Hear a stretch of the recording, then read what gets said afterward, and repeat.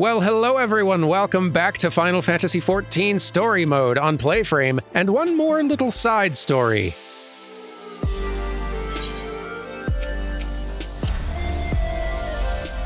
A very little one, in fact. I imagine this episode's going to be quite short. But before we get back to the main scenario questline, I do kind of want to stop real quick and follow up with some folks up here in the Wandering Stairs, I want to say, is what this sort of a pub area kind of is.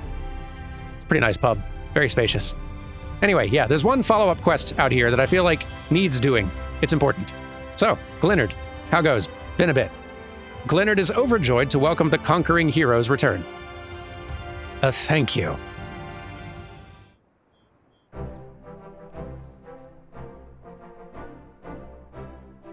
Well, if it isn't the great hunter himself. As if you don't know. All four of the cardinal virtues laid low, all with your help. You're the talk of the stairs, Derman. When the knight returned to Lakeland, we knew in our hearts that change was on the horizon. But never did I dare hope that you might help rid us of those terrible fiends. You've surpassed my wildest expectations. Ah, you flatter me. Not mine, Glennard. Aye, when I first laid eyes on him, I had an inkling that he was the hero we'd been waiting to come along. Huh, easy to claim after the fact. If you'd indulge me, though, I'd love to hear you tell how it all played out. The hunting of the virtues, that is. Certainly, can do. Do you have like 5 or 6 hours? Because those were some long episodes.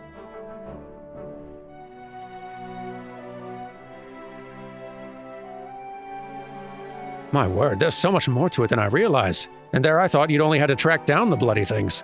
Gods, though, the things you learned about the Warriors of Light. So many secrets and details lost over time. And for all their hard work and sacrifice, they somehow brought about the flood? I can't say I understand it at all, but it's a bloody tragedy, it is. We should gather the others and toast their memories. Heroes of Eld, brave and true to be remembered forevermore. Now, I'll thank you not to let your bleeding heart drive you to offer up a fortnight's stock of spirits. Attend to your other customers, and let me speak with the hero of here and now. Whatever would I do without your good sense and wisdom? Very well, I'll leave you to entertain him. But don't think we won't be having that drink someday. Sounds good.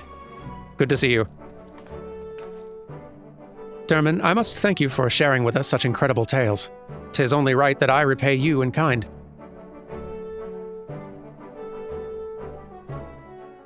With the ending, that is.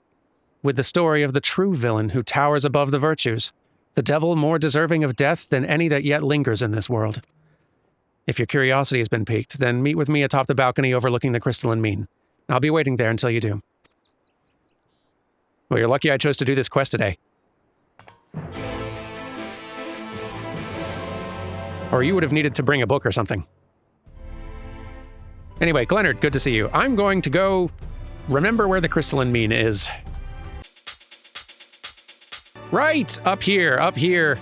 Kind of on the upper floor. Near where all the, crafters and gatherers and such hang out. Well, pretty close to there. I think they're, further down. It doesn't matter. Hello, I'm here. You came, as I knew you would. Never met a mystery you could leave well enough alone. Or a demon that you could let live, am I right? And this demon's undeniably deserving of death, make no mistake. To cut them down would be just and proper, the act of a goodly person. And that's just what you are. I can see that. Now, no need to grow impatient or be offended, my friend. But before you pass judgment on this villain, you need first understand their part in everything. Who they were to the fallen warriors of light, for instance. Of course, right about now, you must be wondering how I know what I know. What a tavern wench of all people has got to do with any of this. Let me tell you then. I'm the one who brought together the Virtue Hunters. I'm the one who marked you as a potential ally to them and bade you join them in their quests. I alone knew what had to be done, and what sort of sinner would be needed to see this tale of tragedy and betrayal brought to an end. But come, we have many malms ahead of us still. To Calusia and the Codger's Crook. I'll go on ahead and wait for you there. Okay. We could go together. No, that's fine. We can go by ourselves, is what I meant to say. Right. Calusia, then. Let's go. Here we are. And yes, in keeping with the pattern, this is maybe literally the foggiest I have ever ever seen it out here. We are back in filming story mode for sure. Okay. Ciela, I made it.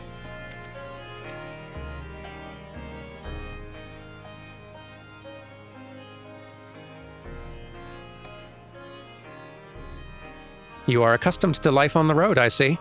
As am I. Do you recognize this place? I thought you might. Here is where it began, where Ardbert first met Lemmet.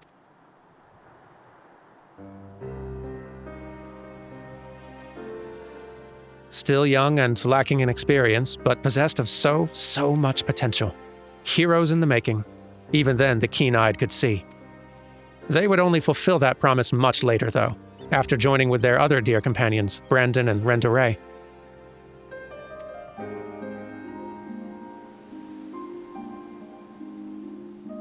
And one other, an elven woman, not half bad with a sword. But perhaps you are already asking the question, who? There were 5 warriors of light in all, but she would make 6. Indeed, after adding in Nielbert, there does seem to be one too many. But believe me when I say there was indeed a 6th adventurer lost to history, and her name was Silva.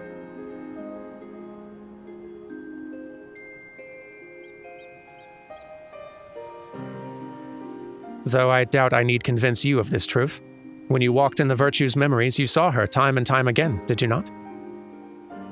She was there. Can confirm. Then you saw the true villain, the traitor responsible for all their woes.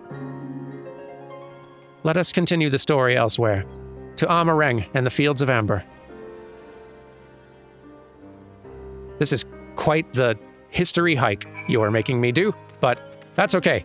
This is what Snap Travel exists for. Now this is a much clearer day. I could get used to this, and probably shouldn't. Oh, there you are. So, continue story.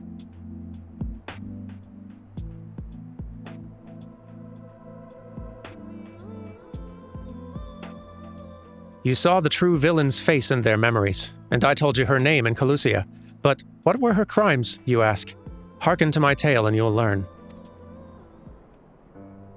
Silva had joined the others before they first met Nielbert. After their party of 5 came to this place, they took on a commission to slay a powerful beast that had taken up residence in the mines.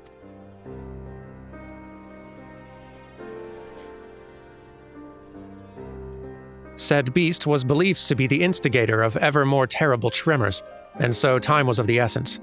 But during their hurried search, they crossed paths with their future companion, then a competitor aiming to usurp their prize.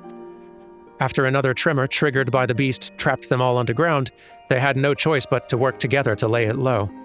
But to their dismay, even after its death, the earth continued to shudder violently. As the adventurers looked to each other in confusion, Nielbert strode towards the beast's body and grabbed hold of a curious stone, a stone brimming with untold ether that he had sought out that he might harness its potential to rescue a loved one lost to the rift.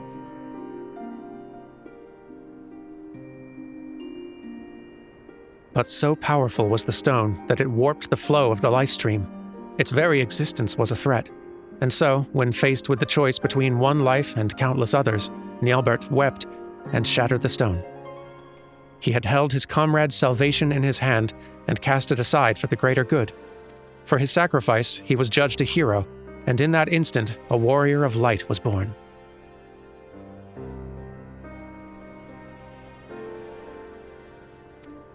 In life, Nielbert was a pragmatic figure whose wisdom and sagacity, I don't know, were admired by all. Little wonder that in death he would retain his virtue.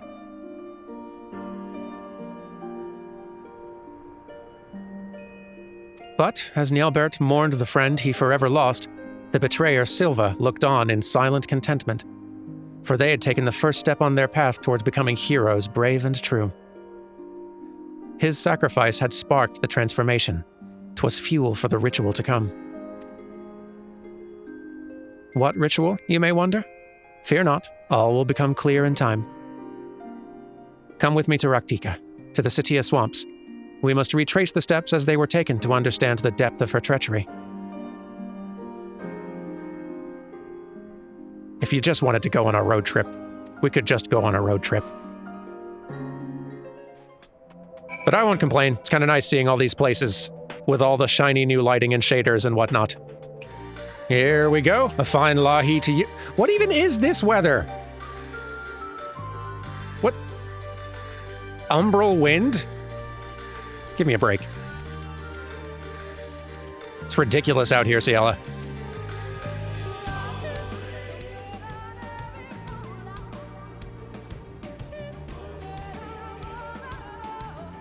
This place, too, is familiar to you, no? From days recent and long since past. After the events in Amareng, Ardbert and his comrades grew in fame, spurring others to entreat their aid. The adventurers sought out greater and greater challenges, and in pursuit of another, they came to Raktika.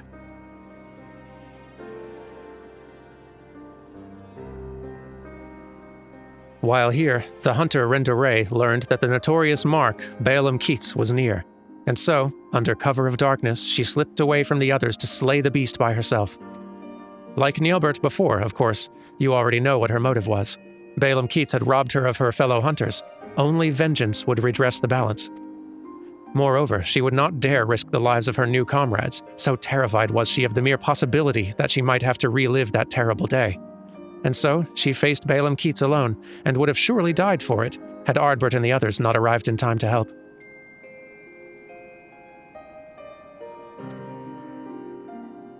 Like Neobert before, of course, you already know what happened next. For her love, her conviction, and her resolve, was she chosen by Hydaelyn. And from that day forward, Rendaray swore never again to betray her comrades' trust, to share with them the triumphs and the tragedies, to relinquish the freedom she had once held in the highest.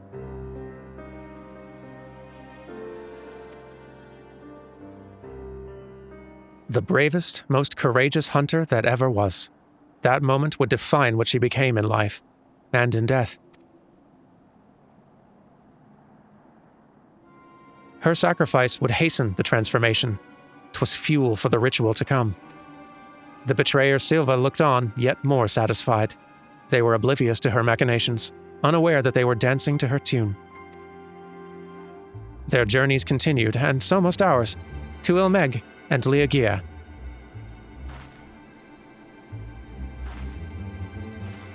All right.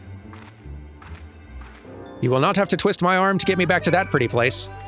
Let's see what kind of ridiculous weather they're having. Ah. Just clouds. Regular old clouds. Good enough, I guess. Anyway, please continue.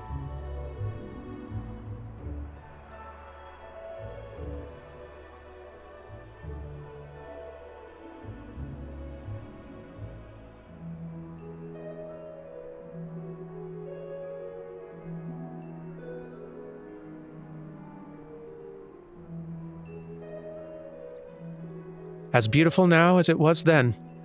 You saw it too. Would you not agree? With the death of Balaam Keats, the legend of Ardbert and his comrades had grown larger than ever. Thus emboldened, they came to the kingdom of Vurbert. Vurbert had long been troubled by what some had dubbed a magical plague, innocents found transformed into misshapen fiends that the kingdom's knights had no choice but to put down ere the contagion spread.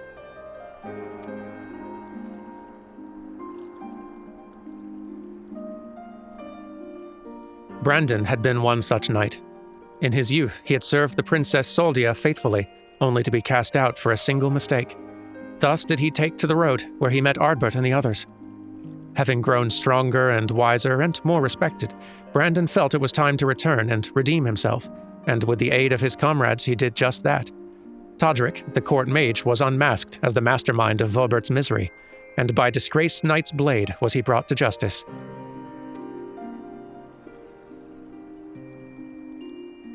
But with his dying breath, Todrick cursed the Princess Soldia, sentencing her to a fate worse than death.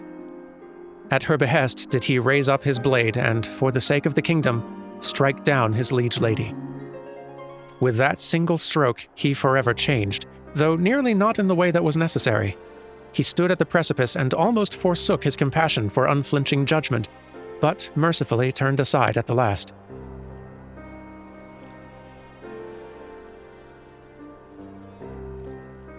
Thus did he find and embrace true justice, that which weighs law and heart together and strives for the greater good.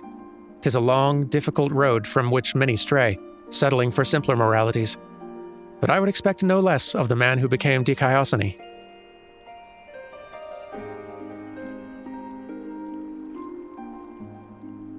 His sacrifice would strengthen the transformation. 'Twas fuel for the ritual to come. As her companions grew ever more powerful, so too did the betrayer Silva. Bit by bit, they brought her closer to her goal. But it was not yet finished. To Colusia they returned, and so must we. Tomra and the next chapter of our tale await.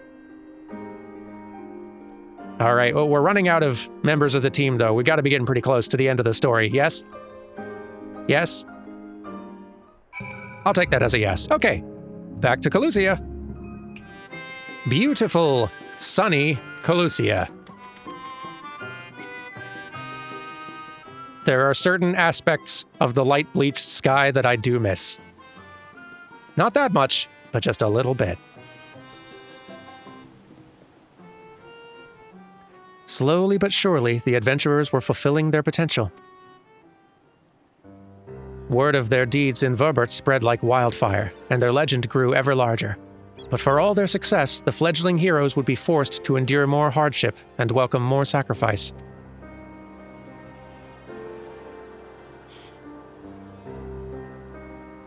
They pressed deeper into the depths of Raktika, towards ancient Ronka.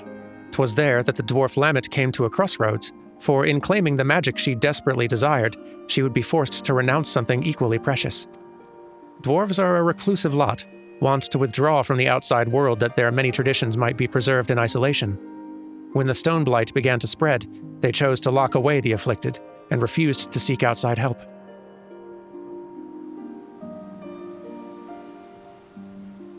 But Lamet would not abide this.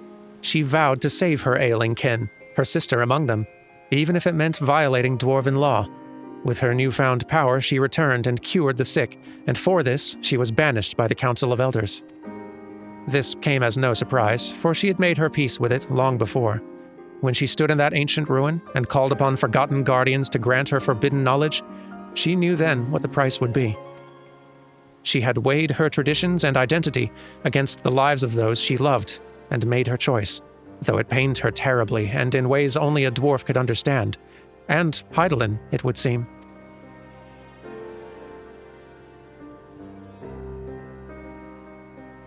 Through hardship and sacrifice was a new warrior of light forged, a healer that knew more than any the value of a life, and would do anything to see it preserved, even in death.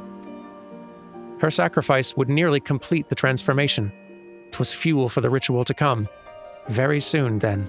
Very soon. For Ardbert and his comrades had stumbled upon evidence of the larger design, threads linking together the disparate troubles of the realm. A name spoken only in whispers, the Shadowkeeper, a singular force sowing chaos and discord throughout Norvrent to an unknown end. If the Warriors of Light truly wished to save their world, then they would need to confront this villain amongst villains. And at the end of their exhaustive search, at the end of their struggle, who do you think they found waiting to welcome them with open arms? The answer to that awaits us in Lakeland, our final destination. The villain yet walks among us, Derman, unknown and unpunished. Go on ahead and wait for me at Laxton Loft. There are preparations to which I must first attend. Quite the flair for the theatrical you have. And honestly, I can respect that. Okay, to the Purple Woods. Here we are. Little orangier than usual, but that's sunset for you. Meeting her all the way up here. In this place, we kind of had that showdown with the forces of Yulmore when we were rescuing Reen way back when, or Tiny Minfilia at the time, I guess, as she was commonly known. Anyway, actually beat her here this time, I guess.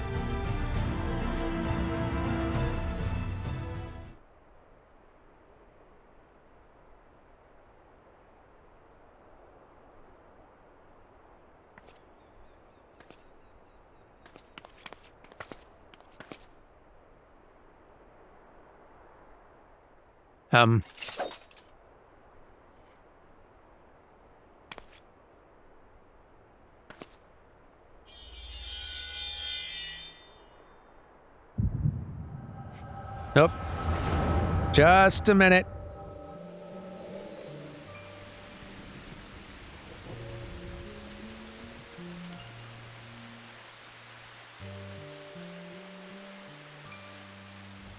Damn you, Silva. We were comrades in arms. Friends. That we were, and that we are. Everything I said, everything I felt, it was all true. You mean the world to me. You're the bloody Shadowkeeper! What in the hells was this for?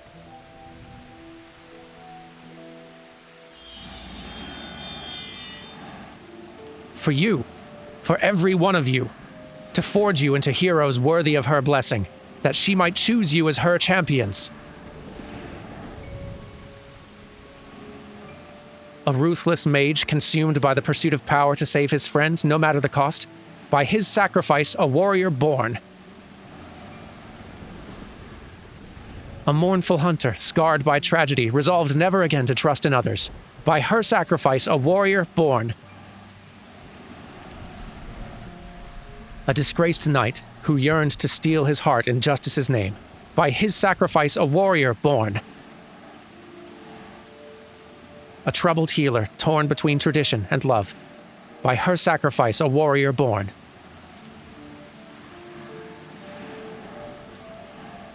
And their leader, an adventurer with a heart overflowing with love for his dearest comrades, who must now bring his axe to bear against his own. By his sacrifice, a warrior born. I am the villain you seek, the keeper of shadows from a world shrouded in dark. By our struggle will this world be shattered and its soul saved. Silva!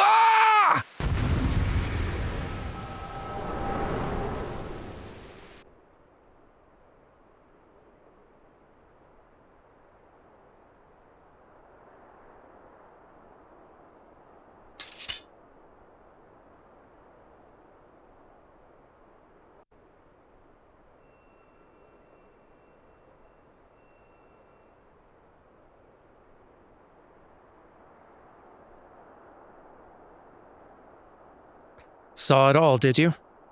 I thought you might. Mother's gift has a knack for showing us exactly what we need to see, if not what we want to, or when.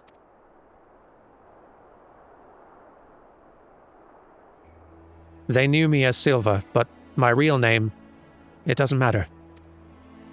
Like you, I'm not of this world. I crossed the rift and came to the first. My home, the 13th, fell to dark in a calamity that mirrored the one which nearly claimed this world. I was one of several heroes who failed to save it.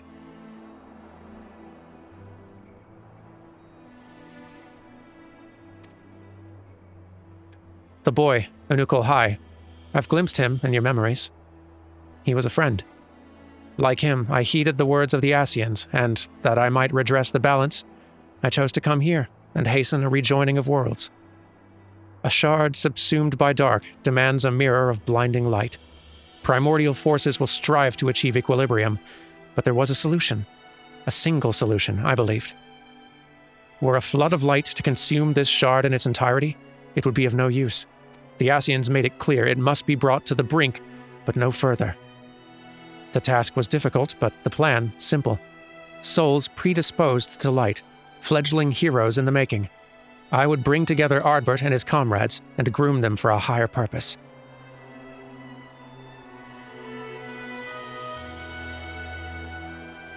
I would play the part of comrade and guide their course, all the while laboring in secret to pit stronger and stronger enemies against them, until finally, once they were warriors of light, brave and true, I would reveal myself as a warrior of darkness and extinguish their radiance forever. Thus would this world be primed for a rejoining, and the source for a calamity. The Asians who called themselves Mitron and Logrif were confident it would succeed, and indeed, Ardbert and the others rose to the occasion as I knew they would.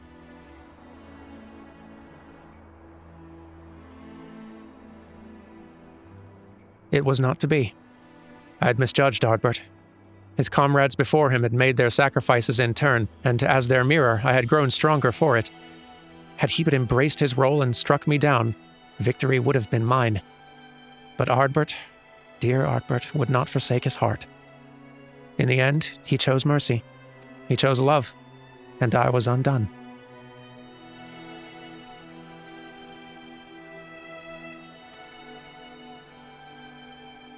The rest you know. He sought out Mitrun and Logrif, and granted them what he refused me. They accomplished everything they set out to achieve, and then the flood came and washed it all away. In the wake of my betrayal, I would look on from the shadows and reflect on my many sins, as all fell to ruin. Denied death, then and now, and perhaps ever after, as a fragment of my essence endures. But then, one day, years ago, my fallen comrades rose again as the cardinal virtues. It coincided with the arrival of the first scions, I later realized, a defense against the forces being marshaled to undo my failure. I can but assume the Ascians planted the idea in Vothri's head. They were his creations, after all, and with their graves in Yulmoran territory, it was doubtless a simple matter to have their bodies exhumed and prepared. Whom am I to speak, you may think, when I say this, but when I saw these abominations he had wrought in their image, I was filled with such despair, such anger. I cannot unwrite the past. My soul is stained with blackest sin, and I'll not pretend that it can ever be otherwise, but this act, this I could not ignore. If the Ascians were going to such lengths, then surely others would cross the rift in due time. And so, I hatched a plan. I would assume the guise of Ciela, and as her take up residence in the Crystarium, where I would take measures to bring together the most ambitious of adventurers, individuals driven by more than mere coin, virtue hunters.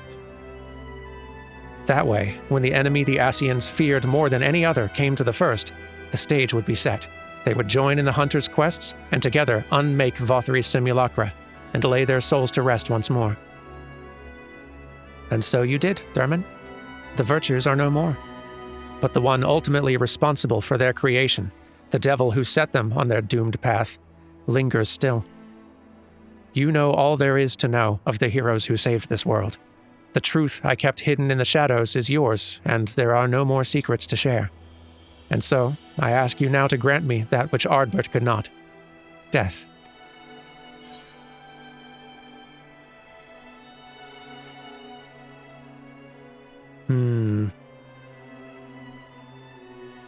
One could argue you do still have a duty to others. And in fact, one will.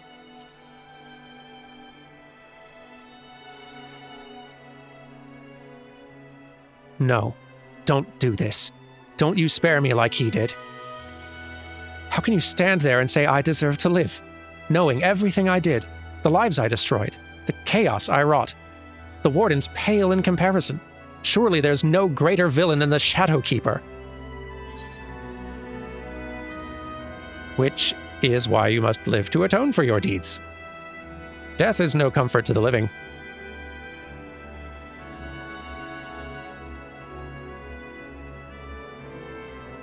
I mean, she is wanting to atone, clearly. So, I recommend this way.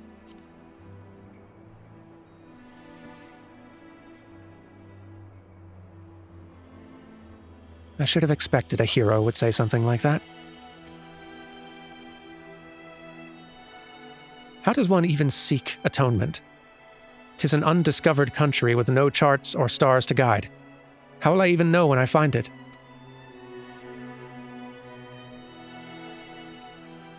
Perhaps I may yet find purpose in preserving my comrade's legacy, in helping others to understand the sacrifices that made them true heroes. For now, I shall return to the Crystarium and continue to assist Glennard, while spreading the forgotten tales of the Warriors of Light. You would have been good friends, you and Ardbert, in another life. Maybe you and I as well.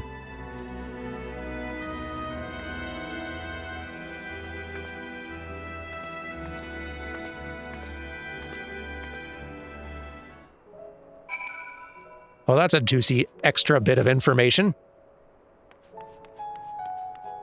I love that they continue sort of following up on these stories of the sort of virtue hunters that we did those role quests with.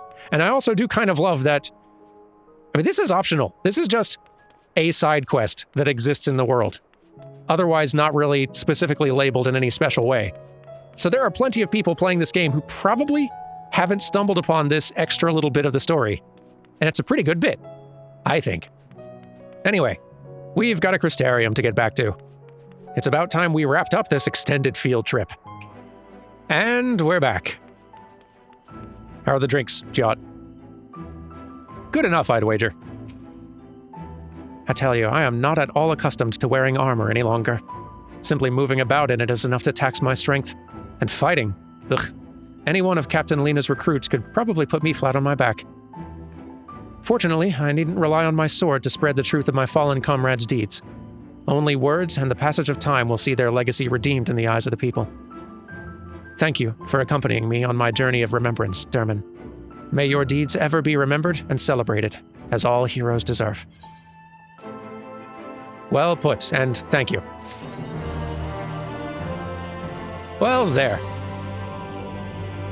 I'm sure you'll agree. That's a little side quest worth stopping for. But we've been doing quite a lot of side stories and not a lot of main scenario quests, so let's maybe get back to that next time, huh? I will see you all next episode for that. Take care until then. Goodbye.